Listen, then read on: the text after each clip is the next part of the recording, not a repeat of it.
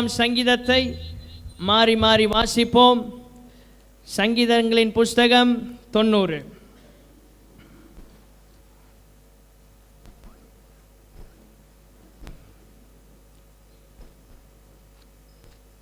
தொண்ணூறாம் சங்கீதத்தை நாம் மாறி மாறி வாசிப்போம்.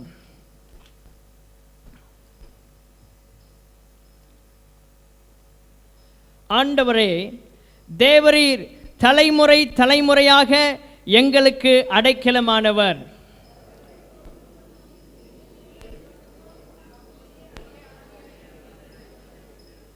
நீர் மனுஷரை நிர்த்துளியாக்கி மனுப்புத்திரரே திரும்புங்கள் என்கிறீர்.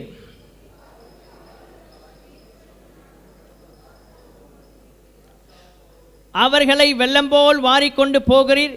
நித்திரைக்கு ஒத்திருக்கிறார்கள், காலையிலே முளைக்கிற புல்லுக்கு ஒப்பாய் இருக்கிறார்கள். நாங்கள் உமது கோபத்தினால் அழிந்து உமது உக்கிரத்தினால் கலங்கி போகிறோம்.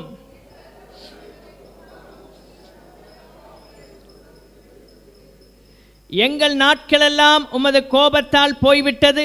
ஒரு கதையை போல் எங்கள் வருஷங்களை கழித்து போட்டோம்.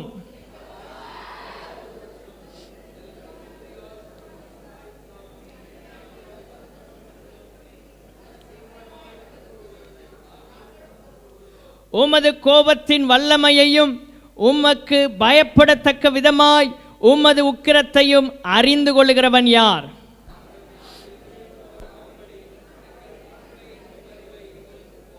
கர்த்தாவே, திரும்பி வாரும். எதுவரைக்கும் கோபமாயிருப்பீர்? உமது அடியாருக்காக பரிதபியும்.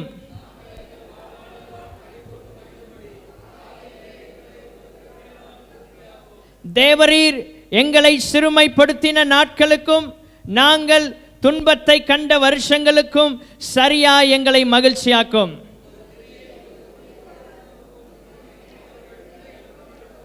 எங்கள் தேவனாகிய ஆண்டவரின் பிரியம் எங்கள் மேல் இருப்பதாக. எங்கள் கைகளின் கிரியையை எங்களிடத்தில் உறுதிப்படுத்தும். ஆம், எங்கள் கைகளின் கிரியையை எங்களிடத்தில் உறுதிப்படுத்தியறலும். யாவரும் உட்காருவோம். ஒரு சில நிமிடங்கள் இந்த பழைய வருஷத்தின் ஆராதனையிலே இந்த சங்கீதத்தை நாம் தியானிப்பது நமக்கு மிகுந்த ஆசீர்வாதமாய் அமைவதாக. இந்த முழு சங்கீதத்தையும் மோசே ஜெபமாக பாடுகிறதை நாம் இங்கே வாசித்தோம். இந்த சங்கீதத்தில் ஏராளமான சத்தியங்களை நாம் பல முறைகள் கேட்டிருந்தாலும் இந்த வருஷத்தின் கடைசி பகுதியிலே நம்மை ஆராய்ந்து பார்ப்பதற்கும் நம்முடைய வாழ்க்கையை சற்று பரிசோதனை செய்து பார்ப்பதற்கும் இந்த வசனங்கள் நமக்கு உதவி செய்வதாக. 12ஆம் வசனத்திலே நாம் வாசிக்கும் போது, நாங்கள் ஞான இருதயம் உள்ளவர்களாகும்படி எங்கள் நாட்களை என்னும் அறிவை எங்களுக்கு போதித்தரலும் என்று மோசே இங்கே ஜெபிக்கிறதை நாம் பார்க்கிறோம். நாம் வாழுகிற காலம் மிகவும் குறுகிய காலம். நம்முடைய வாழ்நாட்கள் எத்தனை என்று நமக்கு தெரியாது. எத்தனை வருஷங்கள் இந்த உலகத்திலே நீங்களும் நானும் ஜீவிக்க போகிறோம் என்பதை நாம் யாரும் அறியோம். ஆனால் ஒன்று நமக்கு தெரியும், நம்முடைய கர்த்தராகிய இயேசு கிறிஸ்து நம்மை சந்திக்க வருவார். அல்லது நம்முடைய உலக வாழ்க்கையின் முடிவு இருந்தாலும் நாம் இயேசுவை சந்திப்போம் என்கிற ஒரு எதிர்பார்ப்பு, ஒரு நிச்சயம் மாத்திரம் நமக்கு இருக்கிறது. கரங்களை உயர்த்தி அந்த எதிர்பார்ப்புள்ளவர்கள் இந்த இரவு நேரத்தில் அல்லேலூயா என்று ஆண்டவரை மகிமைப்படுத்துவோம். ஆண்டவருடைய நாமம் மகிமைப்படுவதாக. இந்த வருஷமெல்லாம் எப்படி நாம் இந்த நாட்களை செலவழித்தோம் என்பது மிக முக்கியமான காரியம். எத்தனை மணி நேரங்களை ஆண்டவர் நம்முடைய கரத்திலே கொடுத்தார்? ஒரு நாளைக்கு 24 மணி நேரங்கள். இதிலே 365 நாட்கள் நமக்கு கொடுக்கப்பட்டிருக்கிறது. கிட்டத்தட்ட 8760 மணி நேரங்கள் நம்முடைய வாழ்க்கையிலே கர்த்தர் இந்த 2017 வருஷத்திலே தந்திருக்கிறார். இத்தனை மணி நேரங்களை நாம் எப்படி செலவழித்தோம் என்பது மிக முக்கியமான காரியம். இந்த இரவு நேரத்திலே நம்மை ஆராய்ந்து பார்ப்பதற்கு பரிசுத்த ஆவியானவர் உதவி செய்வாராக. தேவனோடு இந்த காலகட்டத்திலே நாம் எத்தனை மணி நேரங்களை செலவழித்தோம்? நாட்களை எண்ணும் அறிவை எங்களுக்கு தாரும் என்று மோசே இங்கே ஜெபிக்கிறார். நாம் உலக வாழ்க்கையிலே, வனாந்திர வாழ்க்கையிலே பிரயாணம் செய்து கொண்டே இருக்கிறோம். என்றைக்கு இதற்குரிய முடிவு வரும் என்று நமக்கு தெரியாது. ஆகவே நாம் பிரயாணம் செய்கிற இந்த நாட்களிலே ஒவ்வொரு நாட்களும் ஒவ்வொரு மணி நேரமும் நம்முடைய வாழ்க்கையிலே விலையேறப்பட்டது என்பதை நாம் அறிந்திருக்க வேண்டும். கடந்து போன நேரங்கள் மீண்டும் நம்முடைய வாழ்க்கையிலே வராது. போன மணி நேரங்கள், இப்பொழுது நாம் பாடி ஆண்டவரை ஆராதித்தோமே, இந்த மணி நேரங்கள் கூட இனி ஒருபோதும் நம்முடைய வாழ்க்கையிலே வரப்போவதில்லை. இனிமேல் இந்த நேரத்தை நாம் காண முடியாது. கடந்து சென்ற நேரங்கள் நம்முடைய வாழ்க்கையை விட்டு கடந்து சென்றது. ஆனால் கொடுக்கப்பட்ட நேரத்திலே நாம் என்ன செய்தோம்? தேவனோடு எத்தனை மணி நேரங்களை செலவழித்தோம்? சற்று இந்த இரவு நேரத்திலே ஆராய்ந்து பார்ப்போம். வரக்கூடிய 2018 வருஷத்திற்குள் பிரவேசிப்பதற்கு முன்பதாக இந்த 2017 வருஷத்திலே தேவனுடைய சமூகத்திலே தேவனுக்குள் நாம் எத்தனை மணி நேரங்களை செலவழித்தோம் என்பது மிக முக்கியம். ஆதியாகமம் 5ஆம் அதிகாரம் 23, 24 வசனங்களை நாம் வாசிக்கும் போது ஏனோக்கை குறித்து நாம் வாசிக்கிறோம். 365 வருஷங்கள் அவன் ஜீவித்த போதும் 300 ஆண்டுகள் அவன் தேவனோடு சஞ்சரித்துக் கொண்டிருந்தான். அப்படி தன்னுடைய வாழ்க்கையிலே பெரும்பான்மையான காலங்களை தேவனோடு செலவழித்த அந்த மனுஷன் காணப்படாமல் எடுத்துக்கொள்ளப்பட்டான். எபிரேயர்ல வாசிக்கும் போது அவன் எடுத்துக்கொள்ளப்படுவதற்கு முன்னமே கர்த்தரால் சாட்சி பெற்றான் என்று நாம் பார்க்கிறோம். இந்த வருஷத்திலே எத்தனை மணி நேரத்தை நீங்கள் இயேசுவுக்கு கொடுத்தீர்கள்? எத்தனை மணி நேரங்களை நாம் ஜெபத்திலே செலவழித்திருப்போம்? எத்தனை மணி நேரங்கள் ஆண்டவருடைய பாதத்திலே நாம் காத்திருந்து இருந்திருப்போம் என்பதை சற்று யோசித்து பாருங்கள். லூக்கா எழுதின சுவிசேஷம் 10வது அதிகாரம் 42ஆம் வசனத்தை வாசிக்கும் போது அங்கே இயேசு கிறிஸ்து சொல்லுகிறார், தேவையானது ஒன்றே, மரியாள் தன்னை விட்டு எடுபடாத நல்ல பங்கை தெரிந்து கொண்டாள். எது நம்முடைய வாழ்க்கையில முக்கியம்? முதலாவது தேவனுடைய சமூகம், அவருடைய பிரசன்னத்தை அனுபவிக்கிற அந்த மணி நேரங்களே நம்முடைய வாழ்க்கையில மிக மிக முக்கியமானது.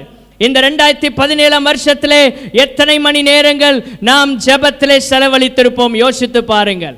எத்தனை மணி நேரங்கள் நம்முடைய முழங்கால் ஜெபத்திலே நாம் தேவனோடு பேசி இருப்போம்? ஜெபம் நம்முடைய வாழ்க்கையில மிக முக்கியமானது. நம்முடைய வாழ்க்கையில எதற்கு முக்கியத்துவம் கொடுக்கிறோம் என்பது மிக முக்கியம்.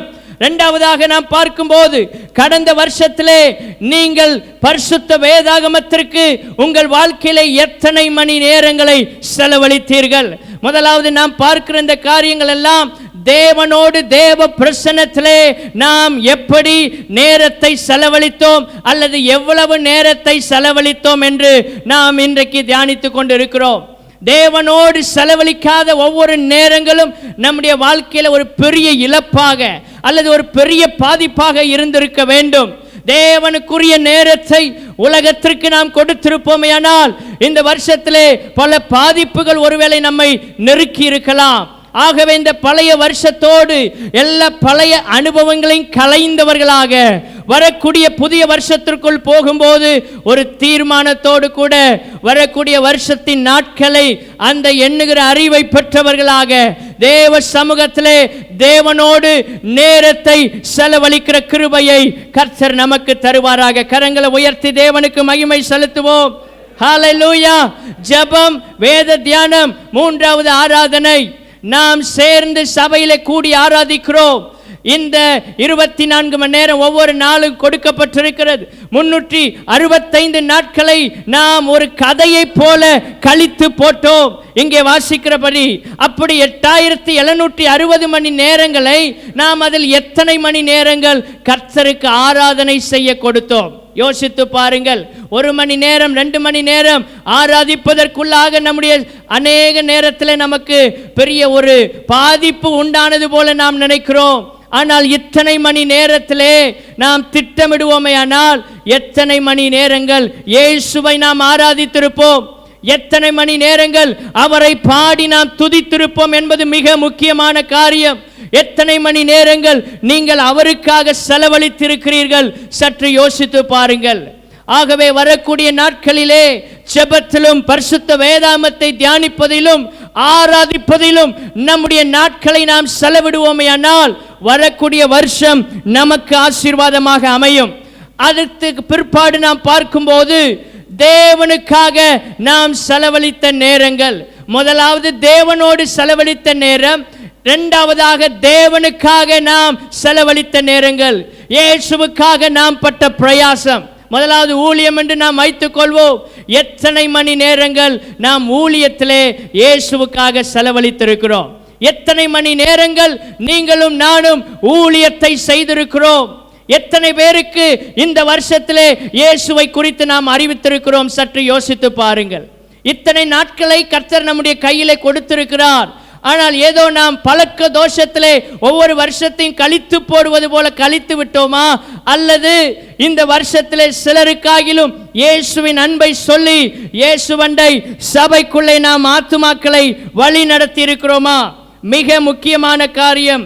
பிலிப்பியர் 2வது அதிகாரம் 14ஆம் வசனத்தை நாம் வாசிக்கும் போது, பிலிப்பியர் 2வது அதிகாரம் 14ஆம் வசனத்தை நாம் வாசிப்போமேயானால் அங்கே அப்போஸ்தலனாகிய பவுல் சொன்ன காரியத்தை நாம் பார்க்க முடியும். பிலிப்பியர் 2வது அதிகாரம் 14ஆம் வசனத்திலே, நான் வீணாக ஓடினதும் வீணாக பிரயாசப்பட்டதும் இல்லை என்கிற மகிழ்ச்சி கிறிஸ்துவின் நாளில் எனக்கு உண்டாயிருப்பதற்கு ஜீவ வசனத்தை பிடித்து கொண்டு உலகத்திலே சுடர்களை போல பிரகாசிக்கிற நீங்கள் என்று கீழே அநேக காரியத்தை பவுல் சொல்லுகிறார்.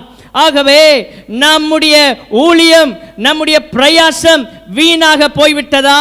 அல்லது நாம் பிரயாசப்படாமல் இருக்கிறோமா? அல்லது பட்ட பிரயாசத்திற்குரிய பலனை நாம் அனுபவித்துக் கொண்டிருக்கிறோமா? சற்று யோசித்து பாருங்கள். அப்போஸ்தலனாகிய பவுல் தைரியமாக சொல்லுகிறார், நான் வீணாக ஓடினதும் வீணாக பிரயாசப்பட்டதும் இல்லை என்று அவர் சொல்ல முடிகிறது. அப்படி நம்மால் சொல்ல முடியுமா? இந்த வருஷத்தின் கடைசி பகுதியில் வந்திருக்கிற நாம், இந்த வருஷம் முழுவதும் நான் செய்த ஊழியம், நாங்கள் செயல்பட்ட விதங்கள் ஒன்றும் வீணாய் போகவில்லை. எல்லாவற்றுக்கும் ஆண்டவர் பலனை தருவார் என்று விசுவாசிக்கிறவர்கள் கரங்களை உயர்த்தி ஆண்டவரை மகிமைப்படுத்துவோம். இந்த வருஷத்திலே நாம் இயேசுவுக்காக என்ன செய்தோம்? எத்தனை ஆத்துமாக்களை நாம் இயேசுவண்டை வழி நடத்தினோம்? இத்தனை காலங்களை கர்த்தர் நம்முடைய கையில் கொடுத்திருந்தாரே, இந்த வருஷங்கள் எல்லாம் எப்படி ஓடி போனது? சற்று யோசித்து பார்ப்போம். ஆண்டவர் நம்மிடத்திலே எதிர்பார்க்கிற தேவனாக இருக்கிறார். இயேசுவுக்காக நாம் எதை தியாகம் செய்தோம் இந்த நாட்களிலே? இந்த வருஷத்திலே 2017ஆம் வருஷத்திலே இயேசுவுக்காக, ஊழியத்திற்காக எதை நாம் தியாகம் செய்தோம்? நேரத்தை ஆகிலும் தியாகம் செய்தோமா? நம்முடைய பொருளாதாரத்தை, நம்முடைய பணத்தை இயேசுவுக்காக தியாகம் செய்தோமா?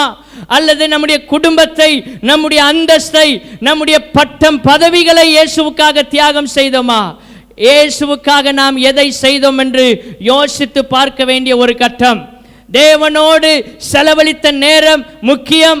அதை போல தேவனுக்காக நாம் இந்த நாட்களிலே எத்தனை மணி நேரங்களை செலவழித்தோம் என்பதும் மிக முக்கியமான காரியம். 1850ஆம் வருஷம் வடநெல்லை பகுதியிலே ராக்லாண்ட் என்ற மிஷனரி வந்து ஊழியம் செய்த நாட்கள். அன்றைக்கு குமரி மாவட்டத்தை பார்க்கும்போது ஏராளமான அடிமைத்தனத்திற்குள்ளே ஜனங்கள் வாழ்ந்து கொண்டிருந்தார்கள். அன்றைக்கு ஏர்மாடை பூட்டி உழுகிற அந்த நிலையிலே ஒரு பக்கம் மாடையும் இன்னொரு பக்கம் கீழ் ஜாதி பெண்களையும் வைத்து ஏர் மாடை அப்படியே வயல்ல உழுது கொண்டு போகிறதை பார்த்த ராக்லாண்டுடைய மனம் உடைந்து போனது. அப்படிப்பட்ட ஜாதி வெறி பிடித்த மனிதர்கள் வாழ்ந்த குமரி மாவட்டத்திலே வடநெல்லை பகுதியிலும் அவர் இறங்கி ஊழியம் செய்த நாட்களிலே பல சவால்களை இயேசுவுக்காக ராக்லாண்ட் சகித்த மனுஷர்.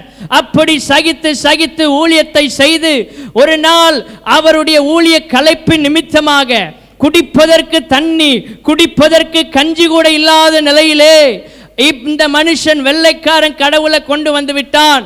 இவனுக்கு நம்ம தண்ணீர் கொடுத்தால், நம்முடைய பாத்திரத்தில் கொடுத்தால் தீட்டு என்று சொல்லி அவருக்கு குடிப்பதற்கு தண்ணி கூட கொடுக்காமல் ஊர் ஒதுக்கினது. அப்படிப்பட்ட சமயத்திலே தன்னுடைய தலையில் போட்டிருந்த தொப்பியை நீட்டி கூலை வாங்கி கொடுத்து ஊழியம் செய்த அந்த ராக்லாண்ட் மிஷனரி. அப்படிப்பட்ட பரிசுத்த பூமியிலே இந்த வருஷத்திலே நாம் எதை சாதித்தோம் என்பதை யோசித்து பாருங்கள். நாம் ஆராதனைக்கு வந்துவிட்டு போய்கொண்டிருக்கிறோமா? அல்லது இப்படிப்பட்ட மிஷனரிகள் செய்த தியாகத்தை உணர்ந்து நாமும் எத்தனையோ ஆத்துமாக்கள் அழிகிறதை கண்டு அவர்களை இயேசுவண்டை வழி நடத்த முயற்சிக்கிறோமா? இந்த வருஷத்திலே ஊழியத்திலே நாம் எத்தனை மணி நேரங்களை செலவழித்தோம்? எத்தனை மணி நேரங்கள் இயேசுவுக்காக பிரயாசப்பட்டோம்? அவர் ஓடி ஓடி உழைத்த நாட்களிலே சிறு பிள்ளைகள் புழுதியை எடுத்தவருடைய முகத்திலே வாரி வீசினார்கள். ஆனாலும் அதையும் பொருட்படுத்தாமல் ஊழியத்தை தொடர்ந்த ராக்லாண்ட் குறிப்பிட்ட சில வயதுக்குள்ளாகவே அவர் வாலிப வயதிலே மரித்து போனார்.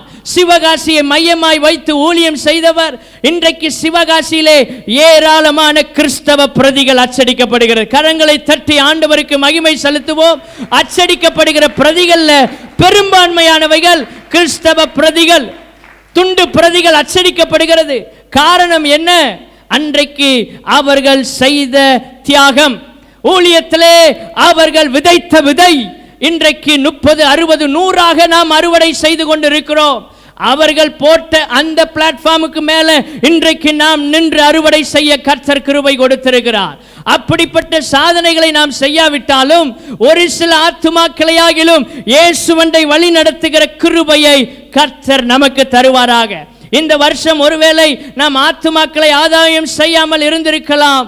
ஆனால் வரக்கூடிய புதிய வருஷத்திலே ஒரு நாள் கூட வீணாக்காம ஒரு ஆத்துமாவுக்காகிலும் இயேசுவை குறித்து நான் சொல்வேன். எத்தனை பேர் அந்த தீர்மானத்தை எடுக்கிறீர்கள்? அது புதிய வருஷத்தில் அல்ல, பழைய வருஷத்திலே எடுத்து புதிய வருஷத்துக்குள்ள போகும்போது ஒரு புதிய நிலையிலே நாம் கடந்து செல்வோமே. ஆனால் வரக்கூடிய வருஷம் நமக்கு ஆசீர்வாதமாக இருக்கும். ஒவ்வொரு நாளும் ஒருவருக்காகிலும் இயேசுவை குறித்து சொல்லுங்கள். ஒரு பரிசுத்தவான் சொல்லுகிறார், உன் கண் எதிரே போகும் நபர்களுக்கு நீ இயேசுவை குறித்து சொல்லாவிட்டால் அவர்கள் ஒவ்வொருவரும் நரகத்திற்கு செல்கிறார்கள் என்பதை நீ அறிந்து கொள் என்று ஒரு பரிசுத்தவான் சொல்லுகிறார். நம்முடைய கண்ணுக்கு எதிரே எத்தனை கோடி மக்கள், லட்சங்களை, ஆயிரங்களை, நூற்றுக்கணக்கான மக்களை நாம் தினமும் சந்திக்கிறோம். எத்தனை பேருக்கு நாம் இயேசுவை குறித்து இந்த வருஷத்திலே சொன்னோம்? ஒருவேளை சொல்லாவிட்டாலும் சரி, இன்றும் இன்னமும் ஒரு மணி நேரத்தை அல்லது இன்னும் ஒரு புதிய வருஷத்தை கர்த்தர் உங்களுக்கு கொடுப்பதற்காகவே, நமக்கு கொடுப்பதற்காகவே இந்த இடத்துல கொண்டு வந்திருக்கிறார். ஆகவே கடந்து போன வருஷங்கள் ஒருவேளை செயல்படாத நிலையில இருந்தாலும் வரக்கூடிய புதிய வருஷத்திலே நாம் செயலாற்றுகிற விதம் பரிசுத்த ஆவியானவரோடு இணைந்து, சபையோடு இணைந்து நாம் செயல்படும் போது நிச்சயம் ஆத்துமாக்களை நாம் அறுவடை செய்ய முடியும். கரங்களை உயர்த்தி ஆண்டவரை மகிமைப்படுத்துவோம். ஹல்லேலூயா. 5 வருஷங்கள் அப்படி போராடி ராக்லாண்ட் ஊழியம் செய்து அப்படிப்பட்ட அடிமைத்தனத்தை உடைத்து, ஜாதியை உடைத்து அவர்கள் எல்லாரும் சரிசமம் என்கிற நிலையை கொண்டு வந்தது கிறிஸ்தவ மிஷனரிகளே. இன்றைக்கு உலகம், இன்றைக்கு அரசியல் தலைவர்கள் ஜாதி மதமற்ற கட்சி என்று சொல்லுகிறார்கள். ஆனால் இன்று அல்ல, அன்றைக்கு தேவ பிள்ளைகள் அதை இந்த பூமியிலே ரத்தம் சிந்தி ஸ்தாபித்தார்கள். அப்படிப்பட்ட ஜாதி வெறியை, ஜாதியை உடைப்பதற்கு மிஷனரிகள் ரத்தம் சிந்தினார்கள். அந்த பரிசுத்தவான்களுடைய ரத்தம் இன்றைக்கும் அறுவடை செய்வதற்கு ஆத்துமாக்களை நமக்கு வைத்திருக்கிறது. விசுவாசிக்கிறவர்கள் கரங்களை தட்டி இந்த இரவு நேரத்தில் பரிசுத்த ஆவியானவரே, நாங்கள் வரக்கூடிய வருஷத்தில் ஒரு ஆத்துமாவையாகிலும் இயேசுவண்டை கொண்டு வர எங்களுக்கு கிருபை தாரும். ஒரு ஆத்துமா கூட ஆதாயம் பண்ணாம நாம் தேவனுடைய ராஜ்யத்திலே எப்படி செல்ல முடியும்? வெறும் கையனாய் பரலோகில் நான் வந்திடேன் இயேசுநாதா என்று நாம் பாடுகிறோமே, எப்படி நாம் ஆண்டவரை சந்திக்க முடியும்? உங்களுக்காக, எனக்காக இயேசு உயிரையே கொடுத்தாரே. நாம் இயேசுவுக்காக என்ன செய்ய போகிறோம்? அல்லது வரக்கூடிய வருஷத்திலும் இயேசு எனக்கு என்ன செய்வார் என்ற எதிர்பார்ப்போடு இருக்கிறீர்களா? அல்லது வரக்கூடிய வருஷத்திலே நான் இயேசுவுக்காக என்ன செய்ய போகிறேன் என்கிற ஒரு எதிர்பார்ப்பு உங்களுக்குள்ள இருக்கிறதா? 2 விதமான நினைவுகள் இன்றைக்கு உங்கள் முன் வைக்கப்படுகிறது. நீங்கள் இயேசு என்ன செய்ய போகிறார் என்று காத்திருக்கிறீர்களா? அது நல்லதுதான். ஆனால் அதை விட ஒரு படி மேலே சென்று நான் இயேசுவுக்காக என்ன செய்ய போகிறேன்? கரங்களை உயர்த்தி ஒரு அல்லேலூயா சொல்லுவோம். ஏற்கனவே இயேசு எனக்காக எல்லாவற்றையும் செய்து முடித்தார். இனி அவர் செய்ய வேண்டியது ஒன்றுமே இல்லை. இனி நாம் தான் அவருக்காக ஏதாகிலும் ஒன்றை செய்ய வேண்டும். ஆகவே இந்த வருஷத்திலே நாம் ஊழியம் எவ்வளவு மணி நேரம் செய்தோம்? இரண்டாவதாக நாம் சபைக்காக எத்தனை மணி நேரங்கள் பிரயாசங்களை எடுத்துக்கொண்டோம். இது கிறிஸ்துவின் சரீரமாகிய சபை. இந்த சபையிலே நாம் ஒவ்வொருவரும் அவயவங்களாக இணைக்கப்பட்டிருக்கிறோம். இந்த அவயவங்களிலே நாம் ஒவ்வொருவரும் சேர்ந்து இயேசுவை ஆராதிக்கிறோம். எல்லாரும் சேர்ந்து சபையாக ஒரே குடும்பமாய் ஒரே இரத்தத்தினால இயேசு நம்மை அவருடைய பிள்ளையாய் மாற்றி இருக்கிறார். ஆகவே அந்த உணர்வோடு நாம் சபைக்காக எத்தனை மணி நேரங்களை செலவழித்தோம். அநேக நேரத்தில் நாம் சபையையும் இயேசுவையும் பிரித்து பார்க்கிறோம். அது தவறான காரியம். இயேசு கிறிஸ்துவினுடைய சரீரம் தான் சபை. ஒரு நபரை தலை தனியாக உடல் தனியாக பிரித்து பார்க்க முடியாது. நீங்கள் சபையையும் இயேசுவையும் தனித்தனியாக பிரித்து பார்க்க முடியாது. நான் இயேசுவுக்கு கீழ்ப்படிவேன் சபைக்கல் என்று சொல்வோமே, ஆனால் அது சரியான வார்த்தை அல்ல. நாம் இயேசுவுக்கு எப்படி கீழ்ப்படுகிறோமோ அதை போல அவருடைய சரீரமாகிய சபைக்கும் நாம் கீழ்ப்படிய வேண்டும். அதன் வளர்ச்சிக்காக நாம் பிரயாசப்பட வேண்டும். எத்தனை பேர் சொல்ல முடியும், வரக்கூடிய வருஷத்திலே நம்முடைய சபைக்காக பிரயாசப்பட கர்த்தர் எனக்கு கிருபை தருவாராக? கரங்களை உயர்த்தி சொல்வோம், ஆமென், ஹல்லேலூயா. சபையின் வளர்ச்சிக்காய் பிரயாசப்படுகிறவர்களை கர்த்தர் மெய்யாய் ஆசீர்வதிப்பாராக. நெகேமியா எழுதின புஸ்தகம் 2வது அதிகாரம் 18ஆம் வசனம். நெகேமியாவின் புஸ்தகம் 2வது அதிகாரம் 18ஆம் வசனம். அங்கே சொல்லப்பட்டிருக்கிறது, என் தேவனுடைய கரம். நெகேமியா சொல்லுகிறான், என் மேல் நன்மையாக இருக்கிறதையும் ராஜா என்னோட சொன்ன வார்த்தைகளையும் அவர்களுக்கு அறிவித்தேன். அப்பொழுது, நன்றாக கவனிங்கள் அந்த வசனத்தை, அவர்கள் எழுந்து கட்டுவோம் வாருங்கள் என்று சொல்லி அந்த நல்ல வேலைக்கு தங்கள் கைகளை திடப்படுத்தினார்கள். எழுந்து கட்டுவோம். திருச்சபையை ஒருவர் அல்ல, எல்லாரும் சேர்ந்து எழுந்து கட்ட வேண்டிய காலகட்டத்திலே வந்திருக்கிறோம். இந்த வண்ணார்பேட்டையிலே இவ்வளவு பெரிய திருச்சபையை கர்த்தர் நமக்கு தந்திருக்கிறார் என்றால் இது இதோடு நிற்பதற்காக அல்ல. இன்னும் அநேக லட்சக்கணக்கான ஆத்துமாக்கள் இந்த சபைக்குள்ளே வர வேண்டும். எத்தனை பேருக்கு அந்த விசுவாசம் இருக்கிறது? கரங்களை உயர்த்தி ஆண்டவருக்கு மகிமை செலுத்துவோம். இந்த புது வருஷ ஆராதனைக்கு நாம் இந்த இடம் கொள்ளுகிற அளவில் கூடியிருக்கிறோம்.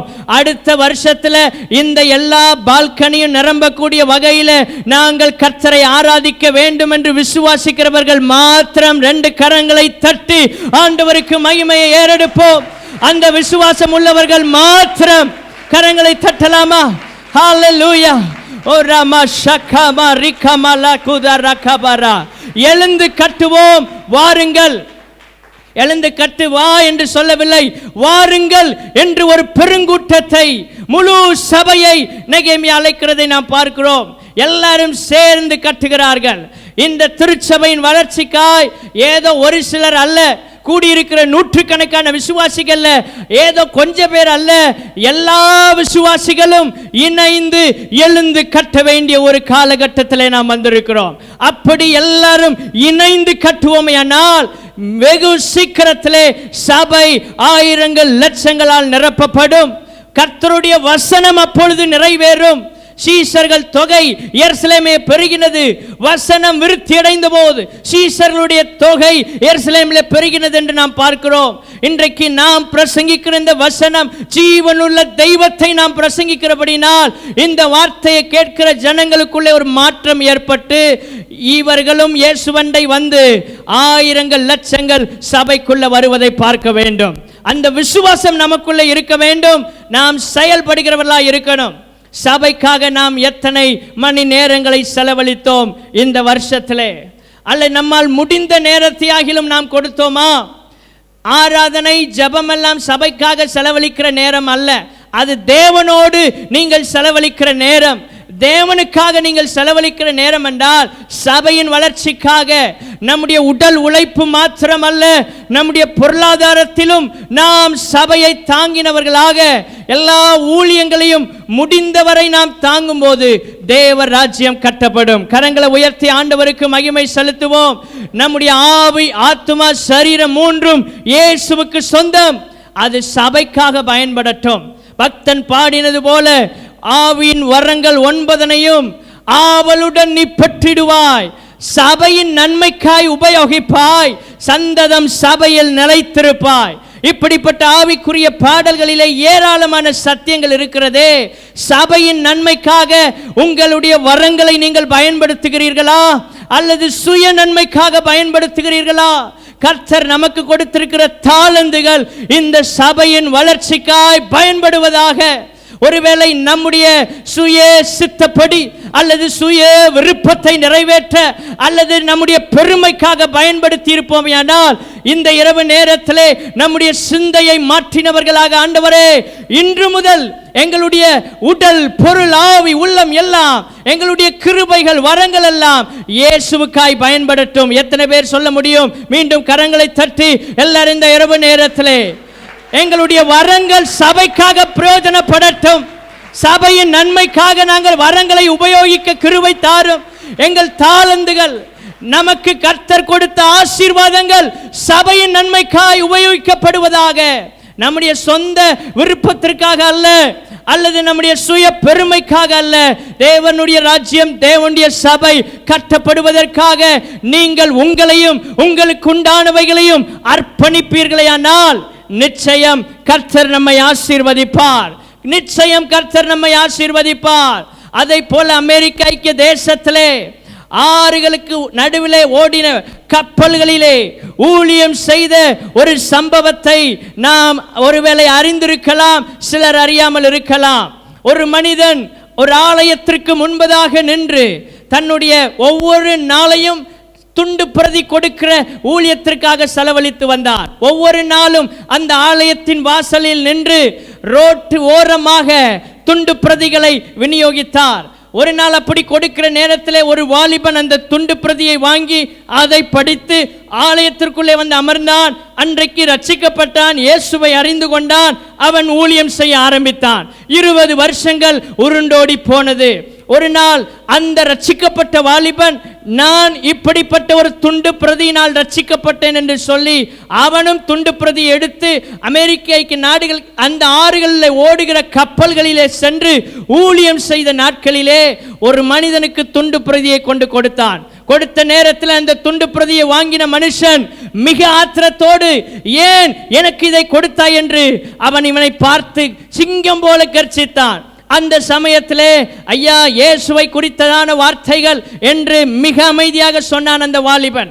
அப்பொழுது கோபத்தோடு பேசின அந்த பெரியவர், இதை நீ எடுத்துக்கொண்டு போவதனால உனக்கு என்ன பிரயோஜனம்? உன் காலத்தை நீ வீணாக்கி கொண்டு இருக்கிறாய். இந்த துண்டு பிரதியை கொடுக்கிறனால உனக்கு என்ன லாபம்? உன் நேரத்தை வீணாக்கி கொண்டு இருக்கிறாய் என்று சொல்லி அவனை கடினமாக திட்டினான். திட்டிவிட்டு சொன்னான், தம்பி 20 ஆண்டுகளுக்கு முன்னால நானும் இதே ஊழியத்தை செய்தேன். ஆலயத்திற்கு முன்னால நின்று இதே ஊழியத்தை நான் செய்து கொண்டு வந்தேன். பல ஆண்டுகள் செய்த போதும் என்னுடைய ஊழியத்தில் ஒரு ஆத்துமா கூட இயேசுவண்ட வரவில்லை. ஆகவே நான் இந்த ஊழியத்தை விட்டு 20 ஆண்டுகள் ஆகிவிட்டது என்று சொன்னார். அப்பொழுது சொன்ன நேரத்தில் அந்த வாலிபன் கண்களிலிருந்து கண்ணீரோடு அவரை பார்த்தான். அவர் கேட்டார், ஏன் தம்பி நீ அழுகிறாய் என்று. அவன் சொன்னான், ஐயா 20 வருஷத்துக்கு முன்னால அந்த ஆலயத்துக்கு முன்னால இருந்து துண்டு பிரதியை கொடுத்தேன் என்று சொன்னீரே, அந்த துண்டு பிரதியை வாங்கி படித்து ரட்சிக்கப்பட்ட நான் தான் இன்றைக்கு உங்களுக்கு முன்னால இந்த துண்டு பிரதியை கொடுக்கிறேன் என்று. கரங்களை தட்டி ஆண்டவருக்கு மகிமை செலுத்தலாமா? ஹல்லேலூயா. ஏன் இதை சொல்லுகிறேன் என்றால், அந்த பெரியவர் சொன்னார், தம்பி 20 வருஷத்தை நான் வீணாக்கிட்டேன் என்று அவர் அழ ஆரம்பித்தார். இப்படி நம்முடைய காலங்களை அல்லது இந்த 2017 வருஷத்தை நாம் வீணாக்கி இருக்கலாம். அவரை போல 20 வருஷத்தை வீணாக்காமல் இருந்திருக்கலாம். ஆனால் ஒரு நாள் ஒரு வருஷத்தை வீணாக்கினாலும் நாம் தேவனுக்கு கணக்கு ஒப்புவிக்க வேண்டும் என்பதை நாம் அறிந்து கொள்ள வேண்டும். ஆகவே கர்த்தர் நமக்கு கொடுத்த கிருபைகளை, வரங்களை இந்த சபையின் நன்மைக்காக உபயோகப்படுத்துங்கள். இந்த ஸ்மிர்னா அசெம்பிளிஸ் ஆஃப் காட் திருச்சபை இன்றைக்கு இப்படிப்பட்ட ஆயிரங்களால் இருந்தாலும் லட்சங்களால் நிரப்பப்பட்டு அகில உலகமெங்கிலும் இயேசுவின் அன்பை அறிவிக்கிற அந்த தரிசனம் உள்ள சபையாய் கர்த்தர் மாற்றுவார் என்ற விசுவாசம் நமக்குள்ளே இன்றிலிருந்து எழும்ப வேண்டும். குறுகின வட்டத்திற்குள்ளே நாம் மனப்பான்மையோடு வாழக்கூடாது. ஒரு பெருந்தன்மையோடு அல்லது ஒரு தூர தரிசனத்தோடு நாம் செயல்படுவோமேயானால் நிச்சயம் இந்தியாவை நாம் இயேசுவண்டை கொண்டு வர முடியும். நிச்சயம் இயேசுவண்டை இந்தியாவை நாம் கொண்டு வர முடியும். இது நிச்சயம் நடக்கும், நிச்சயம் நடக்கும். நம்முடைய சொந்த பலத்தினால முடியாமல் போகலாம். ஆனால் பரிசுத்த ஆவியானவரை நீங்கள் சார்ந்து கொள்வீர்களானால், அவரை நீங்கள் அனுபவிக்கும் போது, அவரோடு இணைந்து செயல்படும் போது நம்முடைய எல்லா காரியங்களும் திருச்சபையின் வளர்ச்சிக்காக நாம் பயன்படுத்துவோம். நாம் ஒரு குடும்பத்தில் இருக்கிறோம், குடும்ப தலைவராக இருக்கலாம், அல்ல கணவனோ மனைவியோ பிள்ளைகளா, நீங்க யாராக இருந்தாலும் அந்த குடும்பத்திற்காக நீங்கள் ஏதாகிலும் ஒரு பிரயாசத்தை எடுக்கிறீர்கள் அல்லவா? கணவனோ மனைவியோ பிள்ளைகளோ எடுக்கிற பிரயாசத்திலே 90% அநேகர் குடும்பத்திற்காக தான் எடுக்கிறார்கள். அதை போலவே தேவனுடைய சபையும் ஒரு குடும்பமாக இருக்கிறது. உங்கள் வாழ்க்கையிலே ஏதோ நேரம் போக மீதமுள்ள நேரம் அல்ல, பெரும் பகுதியை நீங்கள் இயேசுவின் சரீரமாகிய சபைக்காக நீங்கள் பயன்படுத்தி பாருங்கள். அதுல இருக்கிற சந்தோஷம், சமாதானம் இந்த உலகத்தில் வேற எதற்குமே இருக்காது. ஹல்லேலூயா. சபைக்காக உங்களை ஒப்பு கொடுங்கள். மூன்றாவதாக, நம்முடைய நேரத்தை எத்தனை ஊழியக்கால் பரிசுத்தவான், நம்முடைய திருச்சபையின் போதகர், இவர்களுக்காக நீங்கள் செபிப்பதிலே எத்தனை மணி நேரங்களை செலவழித்தீர்கள் யோசித்து பாருங்கள். நமக்காக அவர்கள் ஒரு பக்கம் ஜெபித்தாலும் நீங்கள் நாம் எல்லாரும் அவர்களுக்காக ஜெபிப்பது அவசியம் அல்லவா? இந்த ஊழியத்தை இன்னும் நம்முடைய திருச்சபையின் போதகர் அடுத்த நிலைக்கு கொண்டு செல்ல, இன்னும் லட்சக்கணக்கான ஆத்துமாக்களை இந்த திருச்சபைக்கு கொண்டு வருவதற்கு கர்த்தர் அவர்களுக்கு கொடுத்த தரிசனம் நிறைவேற நாம் அவர்களோடு இணைந்து தோளோடு தோள் கோர்ப்பது மாத்திரமல்ல, ஜெபத்திலே எத்தனை மணி நேரத்தை நீங்கள் செலவழித்தீர்கள் யோசித்து பாருங்கள். இது மிக முக்கியமான காரியம். வேதம் சொல்லுகிறது, பரிசுத்தவான்களுக்கு செய்கிற ஊழியம். இந்த கடைசி நாட்களிலே இப்படிப்பட்ட அநேக சம்பவங்களை நாம் பார்க்காமல் இருக்கலாம். ஆனால் ஆதி சபையிலிருந்து பார்க்கும்போது ஏராளமான மூத்த ஊழியக்காரர்கள் அப்படிப்பட்ட பரிசுத்தவான்களுக்கு ஊழியம் செய்தவர்கள். அந்த ஊழியத்தை பார்த்து கர்த்தர் கனம் பண்ணி இவர்கள் ஊழியத்தை ஆசீர்வதித்திருக்கிறார். ஆகவே பரிசுத்தவான்களுக்கு செய்கிற ஊழியத்திலே எத்தனை மணி நேரங்கள் இந்த 2017 வருஷத்திலே நீங்கள் செலவழித்தீர்கள்? சற்று யோசித்து பாருங்கள். ஊழியர்கள் நமக்கு ஊழியம் செய்வது ஒரு பக்கம் இருந்தாலும், அந்த ஊழியர் திருச்சபையின் போதகருக்காக நீங்கள் செபித்தது மாத்திரல்ல, அவர்களுக்கு நீங்கள் எத்தனை மணி நேரங்கள் பணிவிடையோ அல்லது ஊழியமோ ஏதோ ஒரு வகையில் நாம் எத்தனை மணி நேரங்கள் பரிசுத்தவான்களுக்காக செலவழித்தோம் யோசித்து பாருங்கள். உங்களுடைய வீட்டில் குடும்பத்தில் ஒரு பிரச்சனை, கஷ்டம், நஷ்டம், துன்பம், துயரம் அல்லது வியாதி, மரணம், இப்படிப்பட்ட நேரத்தில் எந்த சபையிலும் இல்லாத வகையில் நம்முடைய திருச்சபையின் போதகர் அப்படியே வந்து அமர்ந்திருந்து ஜெபித்து உங்களுக்கு ஆறுதல் சொல்லி நம் குடும்பத்தில் ஒருவராக நிற்கிறார்களே, அவர்களுக்காக நீங்கள் எத்தனை மணி நேரம் ஜெபிக்கிறீர்கள்? அவர்களுக்காக நீங்கள் எத்தனை மணி நேரங்கள் ஆண்டவர் சமூகத்தில் விண்ணப்பம் செய்கிறீர்கள்? அப்படிப்பட்ட பரிசுத்தவானுக்காக, சபையின் போதகருக்காக நீங்கள் எதை செய்கிறீர்கள் யோசித்து பாருங்கள். கர்த்தர் இந்த நேரத்திலே உங்கள் இருதயத்திலும் அதையும் அவர் பதிய வைக்கிறவராக இருக்கிறார். அது ஜெபத்தோடு மாத்திரமல்ல, பணிவிடையோடு மாத்திரமல்ல, அப்படிப்பட்ட விசுவாசத்தை நாமும் பின்பற்றக்கூடிய வகையில் இருக்க வேண்டும். 1 தெசலோனிக்கேயர் வாசிக்கும் போது அங்கே சொல்லப்பட்டிருக்கிறது, பரிசுத்தவான்களை நாம் பின்பற்றுகிற அனுபவம்.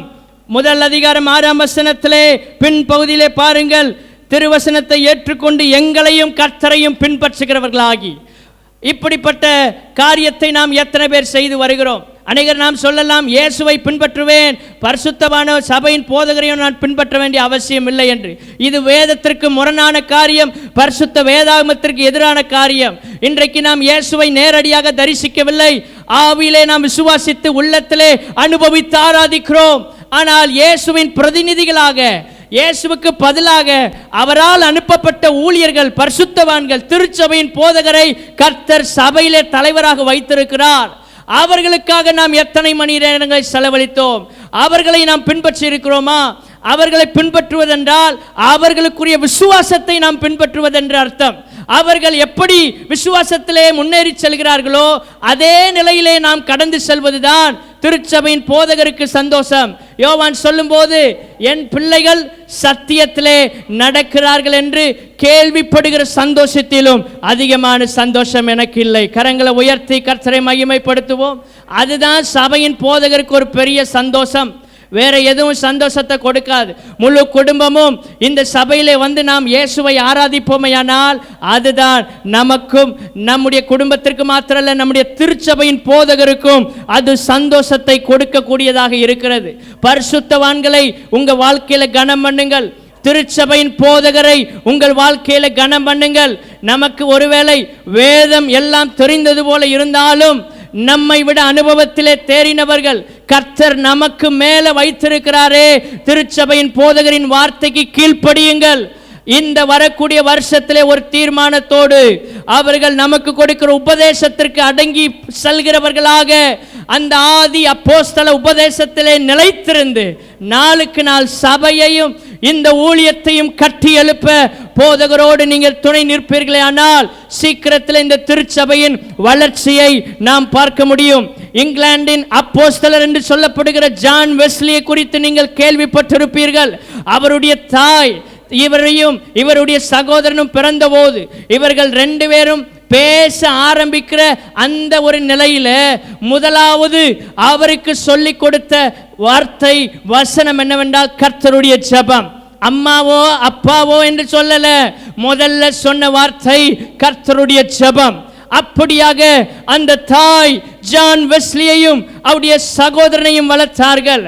இப்படி அவர்கள் வளர்ந்து வருகிற நேரத்தில் ஒரு வாரத்தில் ஒரு நாளை தெரிந்தெடுத்து 1 மணி நேரம் தனிமையில் அந்த பிள்ளைகளுக்கு ஆலோசனை கொடுக்கிறவர்களாக அந்த தாய் இருந்தார்கள்.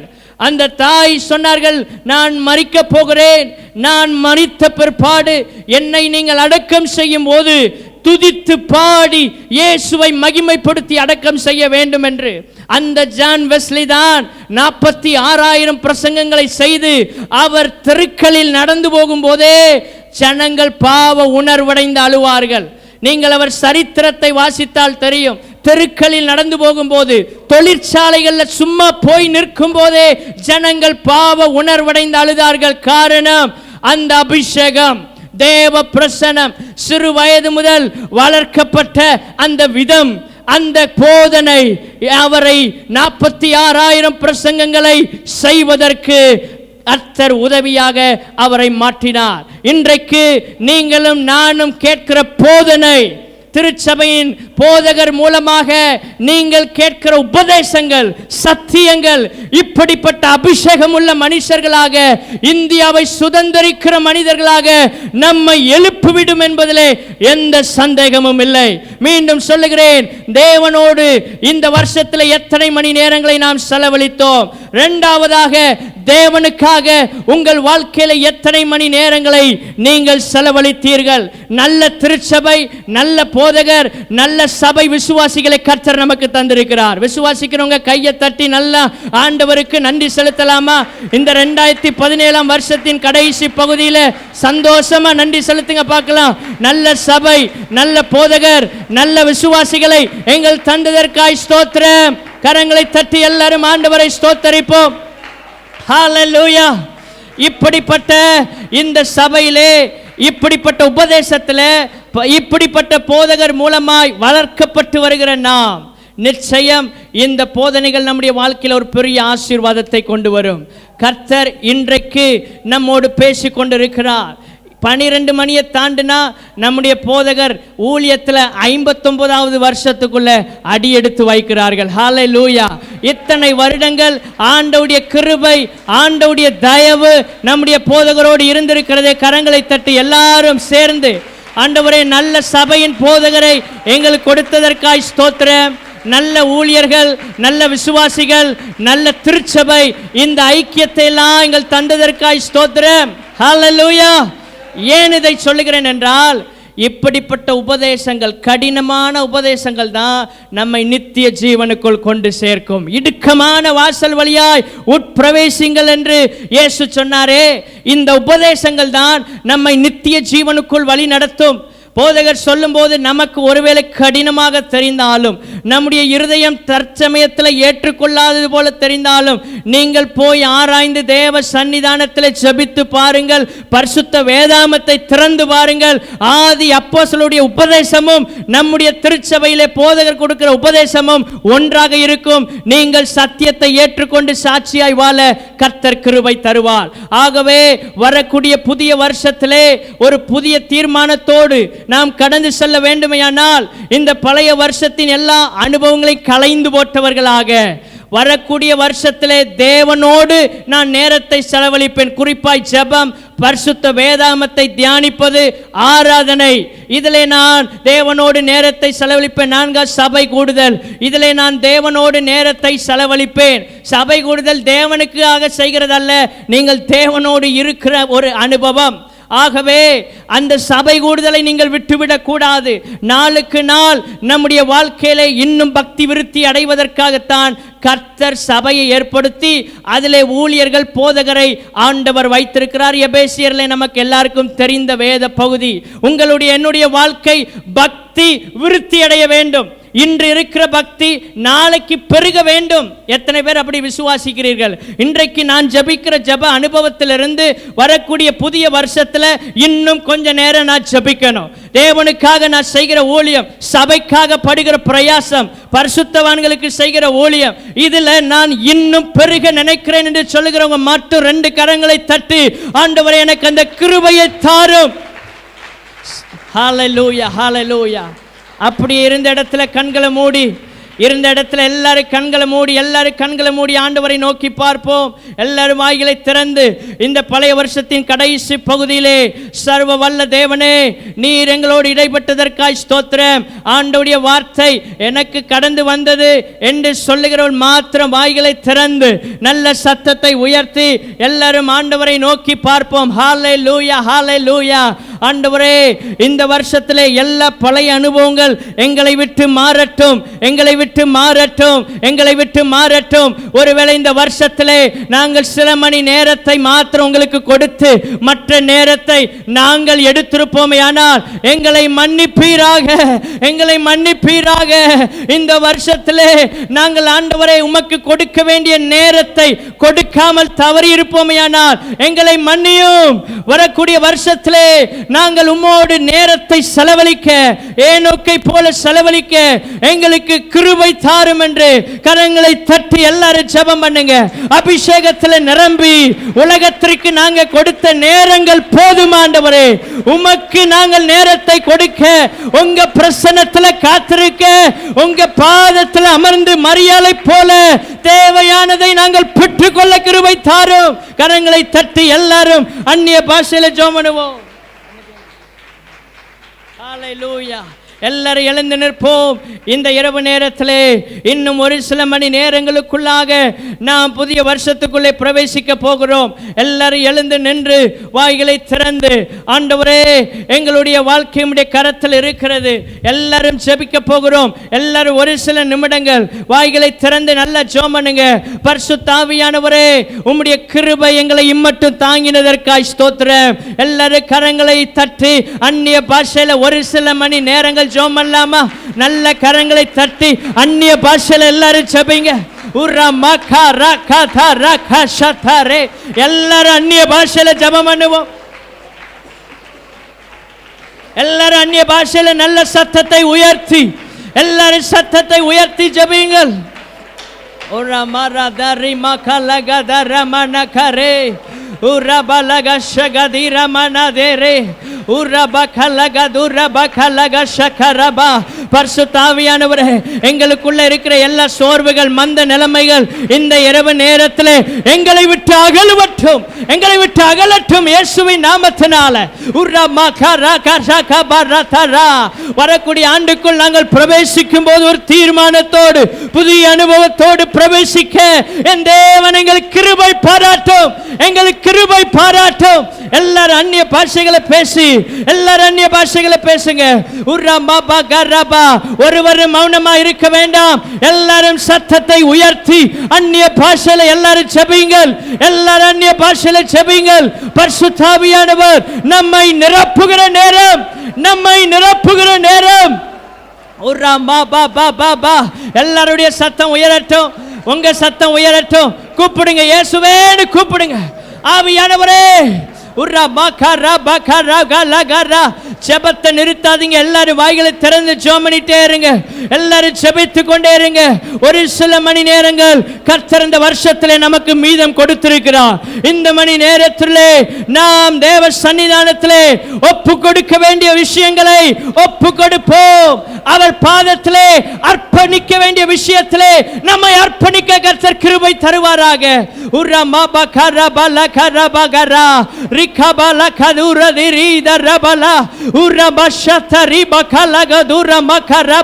எல்லாரும் அந்நிய பாஷையில பேசி, எல்லாரும் பின்னால் இருக்கிறவங்க முன்னால் இருக்கிறவங்க எல்லாரும் வாய்களை திறந்து சத்தத்தை உயர்த்தி அந்நிய பாஷையில எல்லாரும் ஜெபிடுவோம். உங்க சத்தம் உயரட்டும். நீங்க ஜெபித்துக் கொண்டே இருங்க. நீங்க ஜெபித்துக் கொண்டே இருங்க. ஆவியானவர் பலன் தருவாராக. Rama naga raga laga di rama naga rala du ramana ura shatari barakabara. ஆண்டவரே, வரக்கூடிய வருஷத்துல பல மணி நேரங்கள் உங்க சமூகத்துல நாங்க காத்திருந்து ஜெபித்து ஜெபித்து ஜெபித்து கிருபைகள் வரங்களை பெற்றுக்கொள்ள என் தேவன் அனுக்கிரகம் செய்யும், அனுக்கிரகம் செய்யும். வேதத்தை, பரிசுத்த வேதாமத்தை தியானித்து தியானித்து தியானித்து சத்தியத்தில் நடக்கிற கிருபையை தருவீராக. உங்க பிரசன்ன சபையில வந்து ஆராதித்து ஆராதித்து ஆராதித்து உங்க மகிழ்வை, அபிஷேகத்தை நாங்கள் பெற்றுக்கொள்ள அனுக்கிரகம் செய்யும். கரங்களை தட்டி எல்லாரும் அந்நிய பாஷையில பேசுவோம்.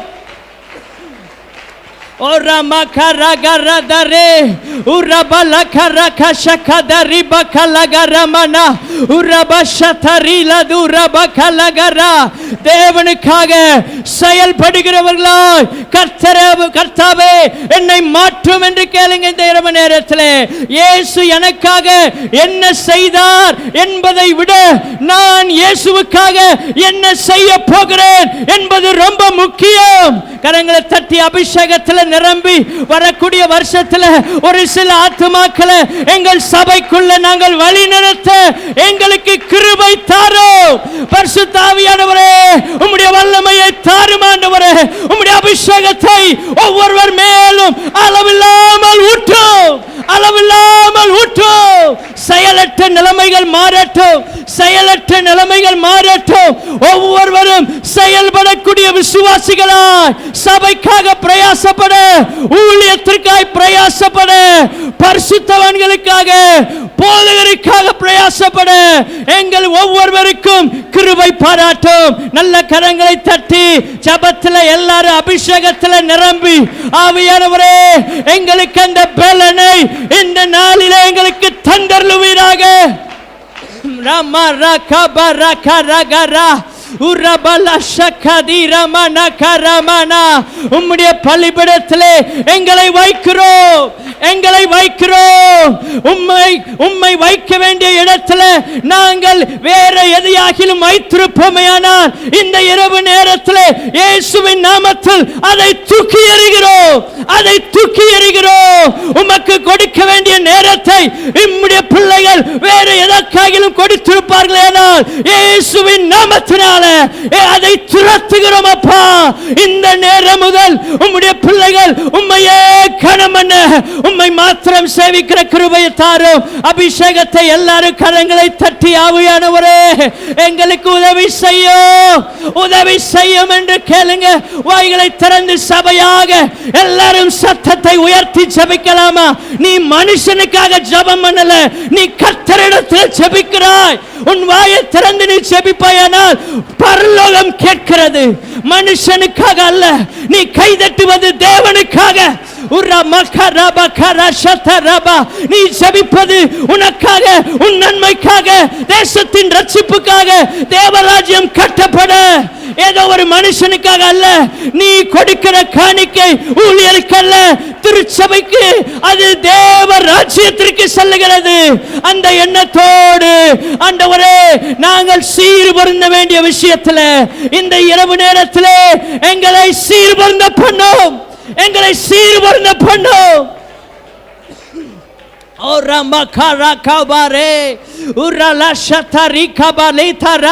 பரிசுத்தாவியானவரே, உங்க கிருபை எங்களை தாங்கட்டும், உங்க கிருபை எங்களை தாங்கட்டும்.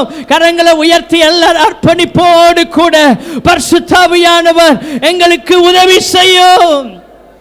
எல்லாரும் சத்தத்தை உயர்த்தி ஜெபிக்கலாமா? எல்லாரும் வாய்களை திறந்து நல்ல சத்தத்தை உயர்த்தி, ஆண்டவரே உம்முடைய சன்னிதானத்திலே நாங்கள் வந்து நிற்கிறோம். உமக்காக இந்த வருஷத்திலே நாங்கள் கொடுக்க தவறின நேரங்களுக்காக நாங்கள் வருந்துகிறோம். உம்முடைய சமூகத்திலே மன்னிப்பு கேட்கிறவங்களை மன்னியும். புதிய வருஷத்துக்குள்ளே நாங்கள் போகும்போது ஆண்டவரை உம்மையே கனம் பண்ணுகிறவர்களாக உமக்கு நேரத்தை கொடுக்க, உம்முடைய பிரசன்னத்திலே காத்திருக்க, தேவனோடு நாங்கள் உறவாட, தேவனுக்காக காத்திருக்க எங்களுக்கு கிருபை பாராட்டுவீராக. இயேசுவோடு நாங்கள் அமர்ந்திருந்து ஏனோக்கை போல அப்படி உறவாடுகிற அனுபவத்தை பெற்றுக்கொள்ள நினைக்கிறவங்க மாத்திரம் கரங்களை தட்டி, ஆண்டவரே இந்த உலகத்தில் உள்ள எந்த சூழ்நிலையும் என்னை தாக்கி விடாதபடிக்கு, என் மேல் தாக்கத்தை ஏற்படுத்தாதபடிக்கு, உலகமே பாவத்தில் ஜீவித்தாலும் நாங்கள் ஏனோக்கை போல உம்முடைய சமூகத்தில் காத்திருக்க, உம்மோடு உறவாட, உங்களோடு பேச பேச பேச முழங்கால நிற்க எங்களுக்கு பலன் தாரும். கரங்களை தட்டி எல்லாரும் அந்நிய பாஷையில கேளுங்க. நீ கேட்கும் போதுதான் பெற்றுக் கொள்ளுகிறாய். மௌனமா இருந்த அபிஷேகத்தை பெற முடியாது. வாய்களை திறந்து கேட்கிற எவனும் பெற்றுக் கொள்ளுகிறான் என்று வேதம் சொல்லுகிறது. எல்லாரும் நல்ல கையை தட்டி, எல்லாரும் கை தட்டி அபிஷேகத்தில் நிரம்பி, ஏனோக்கை போல உங்களோட உறவாடுகிற நேரம் உலகத்திற்கு நாங்கள் கொடுத்த நேரங்கள் போதும். வேலை வேலை என்று ஓடின நேரங்கள் போதும். குடும்பம் குடும்பம் என்று ஓடின நேரங்கள் போதும். இயேசுவுக்காக ஓட, சபைக்காக ஓட, பரிசுத்தவான்களுக்காக ஓட எங்களை தட்டி எழுப்போம். இந்த இரவு நேரத்தில் என்னை தட்டி எழுப்போம். கரங்களை தட்டி எல்லாரும் அந்நிய பாஷையில ஜெபம் பண்ணுங்க.